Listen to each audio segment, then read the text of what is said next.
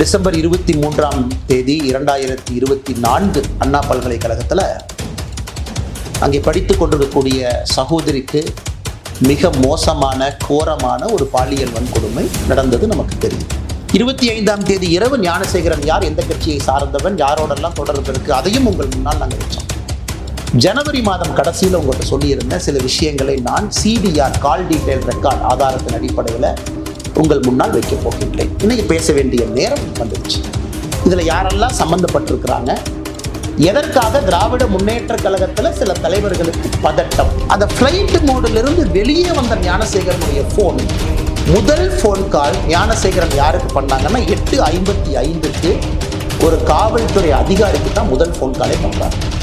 எதற்காக 24ஆம் தேதி கைது செய்யப்பட்ட ஞானசேகரன் கோட்டூர் போலீஸ் ஸ்டேஷனிலிருந்து எதற்காக வெளியே விடப்பட்டார்? Meenakshi academy of higher education and research admission open, apply online. அன்பார்ந்த தமிழ் சொந்தங்களே, சகோதர சகோதரிகளே, பெற்றோர்களே, பெரியோர்களே, உங்கள் அன்பு தம்பி அண்ணாமலை இந்த காணொளி மூலமாக உங்களிடம் சில கருத்துக்களை பதிவு செய்ய வேண்டும் என்று பேசிக் கொண்டிருக்கின்றேன். டிசம்பர் 23ஆம் தேதி 2024 அண்ணா பல்கலைக்கழகத்தில் அங்கே படித்துக் கொண்டிருக்கக்கூடிய சகோதரிக்கு மிக மோசமான கோரமான ஒரு பாலியல் வன்கொடுமை நடந்தது நமக்கு தெரியும். 23ஆம் தேதி நடந்த அந்த பாலியல் வன்கொடுமை 24ஆம் தேதி 25ஆம் தேதி ஒரு குற்றவாளியை கைது செய்தாங்க. 25ஆம் தேதி காலையிலிருந்து ஒரு சாமானிய மனிதனாக உங்களைப் போல நானும் பேச ஆரம்பித்தேன். அதன் பிறகு படிப்படியாக சமூக வலைதள பதிவுகள், பத்திரிகை நண்பர்களை சந்தித்து தொடர்ச்சியாக பேசியதன் விளைவு 25ஆம் தேதி சாயந்தரம் ஒரு கைதை காமிச்சாங்க, ஞானசேகரன் என்கின்ற ஒரு மனிதனை. 25ஆம் தேதி இரவு ஞானசேகரன் யார், எந்த கட்சியை சார்ந்தவன், யாரோடெல்லாம் தொடர்பு இருக்கு, அதையும் உங்கள் முன்னால் நாங்கள் வச்சோம். எல்லா அரசியல் கட்சிகளுமே எடுத்து போராடினாங்க, பேசினாங்க. அதனால் இது நான் அரசியல் பேச விரும்பலை. முதல்ல நாங்கள் அது ஓட்டப்பந்தயம் கிடையாது. முதல்ல அண்ணாமலை தான் ட்வீட் போட்டான். அதை மாதிரி நான் ஒரு கீழ்த்தரமான அரசியல்வாதி கிடையாது. மாற்றம் வேண்டும் என்று விரும்பக்கூடிய உங்களை போன்ற ஒரு சாதாரண மனிதன். இன்றைக்கி நான் அதை பற்றி பேசலை. ஜனவரி மாதம் கடைசியில் உங்கள்கிட்ட சொல்லியிருந்த சில விஷயங்களை நான் சிடிஆர் கால் டீடைல் ரெக்கார்ட் ஆதாரத்தின் அடிப்படையில் உங்கள் முன்னால் வைக்கப் போகின்றேன். இன்றைக்கி பேச வேண்டிய நேரம் வந்துருச்சு. 25ஆம் தேதி கைது செய்யப்பட்ட பிறகு பல விஷயங்கள் நம்ம பார்த்தோம். எஃப்ஐஆர் கசிய விடப்பட்டது. 27ஆம் தேதி நான் ஒரு அறப்போராட்டத்தை முன்னெடுத்தேன். அதன் பிறகு அண்ணா பல்கலைக்கழகம் சில விஷயங்கள் செஞ்சாங்க. நாங்கள் செக்யூரிட்டி அது பண்ணுறோம், நாங்கள் டைட்டன் பண்ணுறோம். சென்னை உயர்நீதிமன்றம் எஸ்ஐடியை போட்டு கண்காணிக்க ஆரம்பித்தாங்க. இன்றைக்கி 5 மாதங்கள் கழித்து தீர்ப்பு வந்திருக்கு. முக்கிய குற்றவாளியாக இருக்கக்கூடிய, ஒரே குற்றவாளியாக இருக்கக்கூடிய ஞானசேகரனுக்கு 30 ஆண்டு காலம் கடுங்காவல் தண்டனை. இன்றைக்கி நம்ம அன்னைக்கு கேட்ட அதே கேள்வி இன்றைக்கி கேட்குறோம். ஞானசேகரன் முக்கிய குற்றவாளி, தீர்ப்பு கொடுத்துருக்கிறீங்க, துரிதமாக இன்வெஸ்டிகேட் பண்ணியிருக்கிறீங்க, 30 வருஷம் ஜெயில் தண்டனை வாங்கி கொடுத்துருக்குறீங்க, எல்லாருக்குமே சந்தோஷம்தான். இருந்தும் நமக்கு தெரியும் அந்த குழந்தைக்கு, பாதிக்கப்பட்ட சகோதரிக்கு அந்த கண்ணீர் துளிக்கு நியாயம் கிடைக்குமானா எப்பவுமே கிடைக்காது. பட் இருந்தும் அரசு அந்த வேலையை செஞ்சுருக்கு. ஆனால் அரசு அந்த வேலையை முழுசாக செஞ்சுருக்கா அப்படிங்கிறத முதல்ல இருந்து கேட்குறோம். நான் அதைத்தான் உங்கள் முன்னால் நான் பேச போகிறேன். 24ஆம் தேதி 23ஆம் தேதி இரவு பாலியல் வன்கொடுமை நடந்தது. 24ஆம் தேதி இந்த ஞானசேகரனை கோட்டூர் காவல் நிலைய அதிகாரிகள் கைது செய்கிறாங்க, வெளியே விட்டுறாங்க. 25ஆம் தேதி சாயந்தரம் மறுபடியும் கைது பண்ணுறாங்க. இதை உங்கள் முன்னால் இன்னைக்கு நான் வைக்கிறேன். ஏன் விட்டாங்க, இதில் யாரெல்லாம் சம்பந்தப்பட்டிருக்கிறாங்க, எதற்காக திராவிட முன்னேற்ற கழகத்தில் சில தலைவர்களுக்கு பதட்டம், எவிடன்ஸை எங்கேயெல்லாம் அளித்திருப்பதற்கான வாய்ப்பு இருக்கு. இன்னைக்கு உங்கள் முன்னால் நான் பேசுவதற்காக இந்த பேப்பரையும் பயன்படுத்துகிறேன். காரணம், நான் பேசக்கூடிய விஷயத்தை தெளிவாக அவங்ககிட்ட சொல்லணும். ஞானசேகரனை பொறுத்தவரை கிராவிட்டி பிரியாணி என்கின்ற ஒரு கடையை நடத்தி வருகின்றான். அன்னைக்கு சம்பவம் நடந்த பொழுது கையில் இருந்த அலைபேசி எண் 9042977907. இதுதான் ஞானசேகரன் பயன்படுத்திய மொபைல் நம்பர். அரசு வழக்கறிஞர் சொல்லியிருக்கிறாங்க 23ஆம் தேதி அந்த சம்பவம் நடந்த பொழுது ஞானசேகரனுடைய மொபைல் ஃபோன் ஃப்ளைட் மோடில் இருந்துச்சு. 8:52 வரை நைட்டு அது ஃப்ளைட் மோடில் இருந்துச்சு. உண்மைதான், அது ஃப்ளைட் மோடில் தான் இருந்துச்சு. சிடிஆரும் அதைத்தான் சொல்லுது. நான் இன்னைக்கு தொடர் கேள்விகள் திமுக அரசு குறிப்பாக முதலமைச்சர்கிட்ட கேட்குறேன். முதலமைச்சர் வீட்டில் பெண் குழந்தைகள் இருக்கிறாங்க. ஐயா மு.க. ஸ்டாலின் வீட்டில் பெண் குழந்தைகள் இருக்கிறாங்க. இன்னைக்கு அவர் நேரடியாக நம்மகிட்ட சொல்ல வேண்டிய கடமை கட்டாயம் அவருக்கு இருக்கு. அந்த ஃப்ளைட் மோடிலிருந்து வெளியே வந்த ஞானசேகரனுடைய ஃபோன் 8:52 பிறகு ஃப்ளைட் மோட்லேருந்து வெளியே வந்த ஃபோன், முதல் ஃபோன் கால் ஞானசேகரன் யாருக்கு பண்ணாங்கன்னா 8:55 ஒரு காவல்துறை அதிகாரிக்கு தான் முதல் ஃபோன் காலே பண்ணுறார். அந்த சம்பவம் முடிஞ்சு அண்ணா யூனிவர்சிட்டி அந்த சம்பவ இடத்துல தான் இருந்தாரா, கேட்டுக்கு வந்தாரா எனக்கு தெரியாது. 8:55 ஞானசேகரனுடைய தொலைபேசியிலிருந்து ஒரு போலீஸ் ஸ்டேஷனை நிர்வகிக்கக்கூடிய ஸ்டேஷன் ஹவுஸ் ஆஃபீஸர், அந்த ரேங்கில் இருக்கக்கூடிய சப் இன்ஸ்பெக்டர், இன்ஸ்பெக்டர் ரேங்கில் இருக்கக்கூடிய அதிகாரிக்கு சம்பவம் முடிந்த பிறகு முதல் ஃபோன் கால் ஞானசேகரன் பண்ணுறான். காவல்துறையின் மீது பெரும் மதிப்பு நான் வைத்திருக்கின்றேன் எல்லாருக்கும் தெரியும். அன்றைக்கி அந்த காவல்துறை அதிகாரினுடைய பெயரையும் அவர் பதவியும் அவருடைய மொபைல் நம்பரை இன்றைக்கி நான் வெளியிடல. 48 மணி நேரம் கழித்து அரசு என்ன பதில் சொல்கிறாங்கன்னு பார்த்துட்டு நான் வெளியிடுறேன். 8:55 காவல்துறை அதிகாரிக்கு செஞ்ச முதல் ஃபோன் கால் எதற்காக? அந்த காவல்துறை அதிகாரி 6 நிமிடம் கழித்து 9:01 திரும்ப ஞானசேகரனுக்கு அந்த காவல்துறை அதிகாரி கூப்பிடுறார். எதற்காக? ஸோ குற்றம் செஞ்ச பிறகு அக்யூஸ்ட் கூப்பிடுற முதல் ஆள் லோக்கலில் இருக்கக்கூடிய ஒரு காவல்துறை அதிகாரி. விசாரிச்சிங்களா? காவல்துறை அதிகாரிக்கு என்ன ரிப்போர்ட்டிங் என்ன ஞானசேகரன் பண்ணுறான்? குற்றம் செய்த பிறகு அது சார்ஜ் ஷீட்டில் கொண்டு வந்தீங்களா? அதிகாரிக்கும் இவனுக்கும் இதுக்கு முன்னாடி ஏதாச்சும் தொடர்பாக இருக்கா? ஏன் நான் திரும்ப திரும்ப கேட்குறேன்னா, மே 14 ஞானசேகரன் மீது 2வது எஃப்ஐஆர் சிபிசிஐடி ரெஜிஸ்டர் பண்ணியிருக்காங்க. December 23 offence, first FIR. இது போன்ற இன்னும் பெண்கள் பாதிக்கப்பட்டிருக்கின்றார்களா? அண்ணா யூனிவர்சிட்டியில் ஒரு கேஸ் மட்டுமா, இன்னும் மல்டிபிள் கேசஸா? இதே மோடஸ் ஆப்பரண்டியை பயன்படுத்தினானா? ஸோ அரசு என்ன பண்ணுறாங்க, மே 14 வெளியே ரெஜிஸ்டர் பண்ண எஃப்ஐஆரையும் சீக்கிரட்டாக வச்சுக்கிட்டாங்க. நமக்கு சொல்லலை. பாலியல் வன்கொடுமை மற்றும் ஒரு வழக்கு ஞானசேகரன் மீது மே 14 சிபிசிஐடி, அது எந்த ஸ்டேஜில் இருக்குன்னு யாருக்கும் தெரியாது. அதனால தான் அந்த கேள்வியை கேட்குறேன். இதில் முக்கியமான விஷயம், 24 குற்றம் செய்த பிறகு அடுத்த நாள் ஞானசேகரன் என்ன செய்யறான்? சிடிஆரை பொறுத்த வரைக்கும் பிஹேவியர் எப்படி இருக்கு? அந்த பகுதி 170வது பிளாக் வட்ட செயலாளர், ஒரு முக்கியமான திராவிட முன்னேற்ற கழகத்தினுடைய மூத்த தலைவர் கோட்டூர் சண்முகம். கோட்டூர் சண்முகமும் ஞானசேகரனும் அன்னைக்கு 24 காலையிலிருந்து சாயந்தரம் வரைக்கும் 6 முறை பேசுறாங்க. நீங்க கேட்கல, என்னங்க அரசியல் கட்சியில் 2 பேர் இருக்கிறாங்க பேசலாம் இல்லைங்க. அதுக்கு முன்னாடி ஒரு வார பேட்டர்ன், அதுக்கப்புறம் ஒரு வாரம் இருக்கக்கூடிய பேட்டர்னை வச்சு நான் அனலைஸ் பண்ணி சொல்றேன். 24 காலை 7:27 முதல் கால் துவங்குது. 4:01 PM வரைக்கும், சாயந்தரம் 4 மணி 1 நிமிடம் வரை 5 முறை பேசுறாங்க 2 பேரும். அதன் பிறகுதான் ஞானசேகரன் போலீஸ் ஸ்டேஷனுக்கு கூட்டிட்டு போறாங்க, கோட்டூர் போலீஸ் ஸ்டேஷனுக்கு. ஒரு 4 மணி நேரம் பேசல. அந்த நேரத்தில் ஞானசேகரன் காவல் நிலையத்துக்குள்ள வச்சிருக்கணும். வெளியே வந்த பிறகு ஞானசேகரனும் கோட்டூர் சண்முகம் மறுபடியும் பேசுகிறாங்க.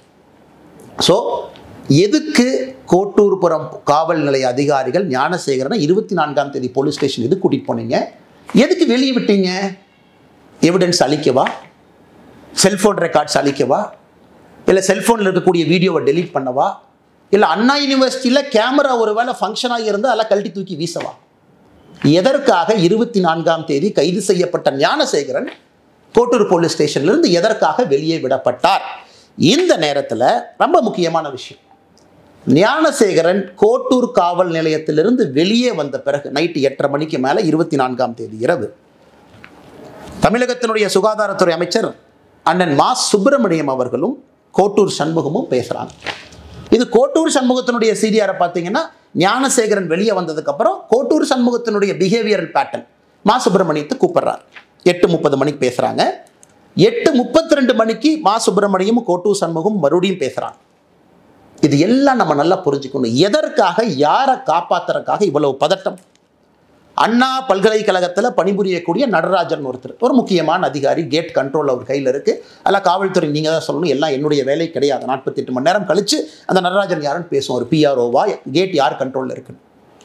அந்த அண்ணா பல்கலைக்கழகத்தில் இருக்கக்கூடிய நடராஜனும் கோட்டூர் சண்முகமும் எத்தனை முறை பேசியிருக்காங்கன்னா, டிசம்பர் 23 பேசியிருக்காங்க, டிசம்பர் 24 பேசியிருக்காங்க, டிசம்பர் 25 பேசியிருக்காங்க, டிசம்பர் 26 பேசியிருக்காங்க. மொத்தமாக இந்த 4 நாட்களில் கோட்டூர் சண்முகமும் அண்ணா பல்கலைக்கழகத்தில் பணி செய்யக்கூடிய நடராஜனும் 13 முறை பேசியிருக்கின்றார்கள். 13 முறை. நான் ஏற்கனவே சொன்னது போல 24 குற்றம் நடந்த அடுத்த நாள் வெளியே வந்த ஞானசேகரனும் கோட்டூர் சண்முகமும் 8:34 மறுபடியும் பேசுகிறாங்க. கோட்டூர் சண்முகம் இதோடு நிற்கலிங்க. ஞானசேகரன்ட்ட 8:34 சாயந்தரம் மணிக்கு பேசிய பிறகு கோட்டூர் சண்முகம் யார்கிட்ட பேசுறாருன்னா இன்னொரு காவல்துறை உயர் அதிகாரி, என்ன காவல்துறை மீது மரியாதை இருக்கின்ற காரணத்தினால உயர் அதிகாரியுடைய பேர் அந்த நேரத்தில் சொல்லல, 8:59 சாயந்தரம் ஃபோன் பண்றார். Kottur Shanmugam tax to that police officer. 9:07 மறுபடியும் Kottur Shanmugam tax to that police officer. இதெல்லாம் 24ஆம் தேதி இரவு. நல்லா நீங்க மக்களை யோசிச்சு பாருங்க. 24ஆம் தேதி பதட்டம், காவல்துறை கூட்டிட்டு போறாங்க, காலையிலிருந்து பேசுறாங்க, மா சுப்பிரமணியத்தில் பேசுறாங்க, தமிழகத்தினுடைய சுகாதாரத்துறை அமைச்சர், காவல்துறை அதிகாரிகிட்ட பேசுறாங்க, அண்ணா யூனிவர்சிட்டியில் பணிபுரியக்கூடியவங்ககிட்ட பேசுறாங்க. அந்த 24th night is the most crucial night. காரணம், எவிடன்ஸ் அளிக்கப்படுது. உள்ள போயிட்டு வெளியே வந்த ஞானசேகரன் எவிடன்ஸ் அளிக்கப்படுது. ஏன்னா இவங்க ரெஜிஸ்டர் பண்ண 11 செக்ஷன்ல, நான் புதுசாக அது பொருளை கலப்பினீங்க சொல்லல, தமிழகத்தினுடைய எஸ்ஐடி ரெஜிஸ்டர் பண்ண 11 செக்ஷன்ல ஒரு செக்ஷன் எவிடன்ஸ் அளிச்சதுக்காக ஒரு செக்ஷனை போட்டிருக்கான். அப்ப என்ன எவிடன்ஸ் அளிக்கப்பட்டது? அதன் பிறகு 25ஆம் தேதி காவல்துறை சொல்றாங்க ஞானசேகரன் சாயந்தரம் கைது பண்ற பிறகு அண்ணா யூனிவர்சிட்டி சிசிடிவி வேலை செய்யல, செல்போன்ல எங்களுக்கு தெரியல. மே 14ஆம் தேதி தான் சொல்றாங்க இன்னொரு பாலியல் வன்கொடுமை வழக்கு ஞானசேகரன் மீது பதிவு செஞ்சிருக்கிறாங்க. அதை பத்தி யாரும் நம்ம பேசல, அது எந்த ஸ்டேஜில் இருக்குன்னு கூட தெரியாது. 25ஆம் தேதி காவல்துறையை பொறுத்தவரை பிளாங்க். ஞானசேகரனை கைது செய்த பிறகு பிளாங்க். ஸோ கோட்டூர் சண்முகத்திற்கு எதற்காக இவ்வளவு பதட்டம்? அந்த பகுதியினுடைய திராவிட முன்னேற்ற கழகத்தினுடைய வட்ட செயலாளர். அப்ப காவல்துறை எஸ்ஐடி அதிகாரிகள் கோட்டூர் சண்முகத்தை கூப்பிட்டு விசாரிச்சிங்களா? ஸ்டேட்மெண்ட் எடுத்தீங்களா? கோட்டூர் சண்முகம் எந்த காவல்துறை அதிகாரிகிட்ட பேசினாங்க அவங்கள கூப்பிட்டு பேசுனீங்களா? மா சுப்பிரமணியம் அமைச்சரை போலீஸ் ஸ்டேஷனை கூப்பிட்டீங்களா? எஸ்ஐடி மா சுப்பிரமணியம் அவன்கிட்ட கேட்டீங்களா? எதற்காக ஃபோன் வந்துச்சு, எதற்காக நீங்க பேசுனீங்க, இந்த பேட்டர்ல எதற்காக நீங்க இன்வால்வ் ஆகிருக்கிறீங்க? இந்த கேள்விகளை நம்முடைய எஸ்ஐடி அதிகாரிகள் கேட்டீங்களா? அன்பு சொந்தங்களே, இந்த நேரத்தில் நீங்க ரெண்டு விஷயத்தை பார்க்கணும். இந்த 24ஆம் தேதி இவ்வளவு நான் சொல்ல இன்னைக்கு பாதிக்கப்பட்ட மாணவியினுடைய வழக்கறிஞர் சொல்றாரு, அதே 24ஆம் தேதி 2 காவல்துறை அதிகாரிகள் அந்த மாணவியை பார்த்து எஃப்ஐஆர் வேண்டாமா, எஃப்ஐஆர்லாம் போட்டால் வாழ்க்கை கெட்டு போயிருமா, எஃப்ஐஆர் கொடுக்காதேன்னு 2 பேர் சொல்றாங்க. 2 காவல்துறை அதிகாரி, ஒருத்தர் மஃப்டியில் வர்றாங்க, ஒருத்தவங்க யூனிஃபார்ம்ல வர்றாங்க. நான் சொல்லுகின்ற இவ்வளவு விஷயங்கள் 24ஆம் தேதி நடக்கும் பொழுது 2 காவல்துறை அதிகாரிகள் அதே 24ஆம் தேதி மாணவிகிட்ட எஃப்ஐஆரை எடுக்க 1 full day டிலே பண்றாங்க. ஸோ அதனால் இது எல்லாமே உங்களுடைய கவனத்துக்கு கொண்டு வருவது மட்டுமல்ல, உங்கள் முன்னால் இந்த நேரத்தில் நான் வைத்திருக்கின்றேன். அன்பு சொந்தங்களை, இன்னைக்கு நாம கேட்கக்கூடிய முக்கியமான கேள்விகள், யார் அந்த சார்? அதே கேள்வியை திரும்ப நம்ம கேட்குறோம், முதல்ல இருந்து கேட்டுக்கிட்டு இருக்கோம். சர்க்கம்ஸ்டன்ஷியல் எவிடன்ஸ் என்ன? இதெல்லாமே ஓப்பன் சிடிஆர் கால்ஸ். இந்த சிடிஆர்லாம் பார்த்தீங்கன்னா 3 செகண்ட் பேசுகிறாங்க, அண்ணே வாட்ஸ்அப்பில் வாங்கிறார். வாட்ஸ்அப் நம்மகிட்ட இல்லை, அது காவல்துறையிட்டு இருக்கு. ஐபிடிஆர்னு அது தனியாக ஒன்று போட்டு அவங்க எடுப்பாங்க. ஸோ வாட்ஸ்அப்பில் என்ன பேசுனாங்க தெரியாது. நான் சொல்வதெல்லாம் நேரடியாக தொலைபேசியில் ஓப்பன் டாக் பேசியிருக்கக்கூடிய கால். ஐபிடிஆர் அக்சஸ் நம்மகிட்ட இல்லைங்க, அது காவல்துறையிட்டு இருக்கும். ஸோ யார் இன்டர்நெட் ஃபோன் கால் பண்ணது? சாதாரணமாகவே நம்மளே வாட்ஸ்அப்பில் தானே பேசுகிறோம். ஸோ எத்தனையோ கால் இதில் பார்த்தீங்கன்னா 3 செகண்ட் 4 செகண்ட் பேசின கால் என்ன, அண்ணே வணக்கண்ணே கொஞ்சம் வாட்ஸ்அப்பில் வாங்க. கோட்டூர் சண்முகம் விசாரிக்கப்பட வேண்டிய நபர். தமிழகத்தினுடைய சுகாதாரத்துறை அமைச்சர் மா சுப்பிரமணியம் விசாரிக்கப்பட வேண்டிய நபர். அந்த தெளிவை முதலமைச்சர் சொல்லாம எதுக்கு நாடகம் போடுறார்? முதலமைச்சராக ஒரு பக்கம், திராவிட முன்னேற்ற கழகத்தினுடைய தலைவராக இன்னொரு பக்கம் இருக்குல்ல. முதலமைச்சருக்கு 2 பொறுப்புகள், 2 பதவிகள் இருக்கு. கட்சி இன்வால்வ் ஆயிருக்கு, முதல்ல இருந்து இன்வால்வ் ஆயிருக்கு, காவல்துறை அதிகாரிகள் இன்வால்வ் ஆயிருக்கிறாங்க. இவ்வளவு விஷயங்கள் நடந்திருக்கு, இவ்வளவு தொலைபேசி அழைப்புகள். நீங்க கேட்கலாம், இல்ல அண்ணாமலை என்ன நீங்க சும்மா சொல்றீங்க? சரி, கோட்டூர் சண்முகம் அவர்களும் மா சுப்பிரமணியம் அவங்களும் டெய்லி பேசிக்கிறாங்களா? டெய்லி பேசிக்கிறாங்கன்னா, நான் சொன்ன 24ஆம் தேதியை 2 முறை பேசிக்கிட்டாங்க. அதன் பிறகு 6 நாட்கள் அவங்க பேசிக்கொள்ளவே இல்லை. இவங்க டெய்லி பேசுகிற ஆட்கள் கிடையாது. 24ஆம் தேதி பேசிய பிறகு இவங்க திரும்ப பேசினாங்களான்னு ரெக்கார்ட் எடுத்து பார்த்தீங்கன்னா 6 நாட்கள் இவங்க பேசலை. அதனால் 24ஆம் தேதி பல விஷயங்கள் நடந்திருக்கிறது. அங்கே தான் யார் அந்த சார் ஒளிஞ்சிருக்கிறார். அதனால் இது தொடரும். இன்னைக்கு நான் ஏற்கனவே சொன்ன எதற்கும் பயப்பட போவது கிடையாது. ஒரு விஷயத்தை நான் சொன்னேன், அதனை கையில் எடுத்திருக்கேன், உடும்பு புடியாக பிடித்து கடைசி வரை போக போறேன். நான் சாட்டையால் அடித்து கொண்டது அண்ணா பல்கலைக்கழக மாணவியினுடைய சகோதரனாக. எனக்கு ஒரு சகோதரி, அந்த சகோதரிக்கு ஒரு சகோதரன் இருந்தால் 2 பேருக்கும் என்ன வழி ஏற்பட்டிருக்குமோ அதைத்தான் நான் செஞ்சேன். அதனால் தொடர்ந்து கேள்விகள் கேட்போம். இதை நம்ம விட போறதில்லை. இதுக்கும் அவங்க சொல்லுவாங்க இப்படி அப்படிமாங்க. அடுத்து நான் 48 மணி நேரம் கழித்து மறுபடியும் அடுத்த விஷயத்தோடு பேசுவோம். அதனால் முதலமைச்சர் அவர்களே பதில் சொல்லுங்க. இத்தனை பேர் இவ்வளவு குழப்பத்தில் ஒரே ஒருத்தர் மட்டும்தான் அக்யூஸ்டு, எங்களுக்கு வேற யாரும் தெரியாது. இந்த ஆள் அவ்வளவு தைரியமா அண்ணா பல்கலைக்கழகத்துக்குள்ள இடத்த செலக்ட் பண்றான், இந்த இடம்னு தெரியுது, அந்த இடத்த ரெடியா உட்கார்ந்து இருக்கான் அப்படின்னா இதுக்கு முன்னாடி அவன் குற்றமே எங்க செய்யலீங்களா? இது யாராச்சும் நம்புவாங்களா? அவ்வளவு பக்காவா ஸ்கெட்ச் போட்டு எஃப்ஐஆர் படிக்கும் போதே தெரியுது அந்த இடத்துல இருக்கக்கூடிய நபர் வேற எந்த தாக்குதலையும் ஈடுபடவில்லை. அப்ப மே 14ஆம் தேதி போட்ட வழக்கு என்ன சார்? யார் இந்த விக்டிம்? அண்ணா பல்கலைக்கழக மாணவிய விக்டிமா, இல்லை இதே ஞானசேகரன் இன்னொரு இடத்துல இருந்தாரா? அதனால் கேள்விகள் தொடர்ந்து கேட்போம். இவங்க ஆளுங்கட்சியினுடைய யாரெல்லாம் சம்பந்தப்பட்டிருக்கிறாங்க, பதவிகளை யார் தவறாக பயன்படுத்தினாங்க, காவல்துறையுடைய கையை யார் கட்டி போட்டார்கள், 24ஆம் தேதி ஞானசேகரனை வெளியே கொண்டு வந்து குரூஷியல் எவிடன்ஸ் அளிப்பதற்கு யாரெல்லாம் உடந்தையாக இருந்தார்கள், என்னை பொறுத்தவரை அவர்களும் குற்றவாளிகள் தான். அதில் தான் அந்த யார் என்கின்ற சார் ஒளிஞ்சிருக்கிறார். வணக்கம், நன்றி. Meenakshi Academy of Higher Education and Research. Admission open. Apply online.